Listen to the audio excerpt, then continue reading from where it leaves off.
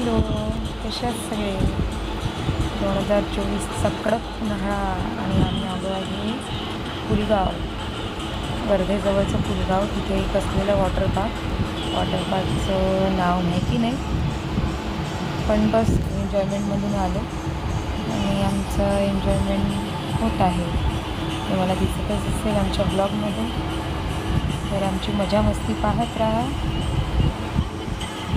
तोपर्यंत bye bye.